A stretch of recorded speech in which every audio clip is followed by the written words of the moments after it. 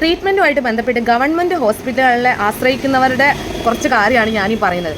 അതായത് അങ്ങേയറ്റം നമ്മൾക്ക് കയ്യിൽ നിന്ന് പോയാലാണ് നമ്മൾ തീർച്ചയായിട്ടും ഒരു ഗവൺമെൻറ് ഹോസ്പിറ്റലിലേക്ക് ട്രീറ്റ്മെൻറ്റായിട്ട് പോകുന്നത്. അപ്പോൾ ഒത്തിരി നേരം നമ്മൾ ക്യൂയിലൊക്കെ നിന്ന് ഒക്കെ ആയിരിക്കും ഡോക്ടറെ മണിക്കൂറുകളോളം ഒക്കെ നിന്നിട്ടായിരിക്കും നമ്മൾ ഡോക്ടറെ കണ്ട് പരിശോധനയൊക്കെ പൂർത്തിയാക്കി മരുന്നൊക്കെ ആയിട്ട് വരുന്നത്.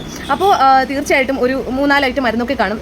എന്തായാലും ഒരു ആൻറ്റിബയോട്ടിക് മസ്റ്റായിട്ട് ഉണ്ടാവും. കാരണം അങ്ങേ അറ്റത്ര അവസ്ഥയിലേക്ക് നമ്മൾ അങ്ങോട്ടേക്ക് പോകുള്ളൂ.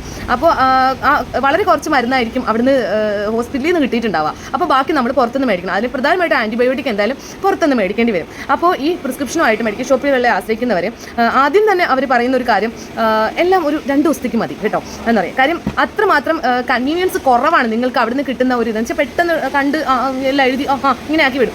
ഒരു പ്രൈവറ്റ് ഹോസ്പിറ്റലിനെ സംബന്ധിച്ചിടത്തോളം അത്രമാത്രം കാര്യമായി പറഞ്ഞ് മനസ്സിലാക്കിയൊക്കെ ആയിരിക്കും അവിടുന്ന് മരുന്ന് തരിക. അപ്പോൾ ഇത് അങ്ങനെയൊന്നുമല്ല. അപ്പോൾ അതുകൊണ്ട് തന്നെ നിങ്ങൾക്ക് അത്രമാത്രം പ്രാധാന്യമില്ല. അപ്പോൾ ആൻറ്റിബയോട്ടിക് നിങ്ങൾ 2 ദിവസത്തേക്ക് മേടിച്ചുകൊണ്ട് യാതൊരു കാര്യമില്ല, നിങ്ങളുടെ അസുഖം കുറയില്ല. നിങ്ങൾ വാങ്ങുവാണെങ്കിൽ ആൻറ്റിബയോട്ടിക് മാത്രമെങ്കിലും നിങ്ങൾ കംപ്ലീറ്റ് ആയിട്ട് കഴിക്കണം എന്നുള്ളതാണ് ദയവ് ചെയ്ത്.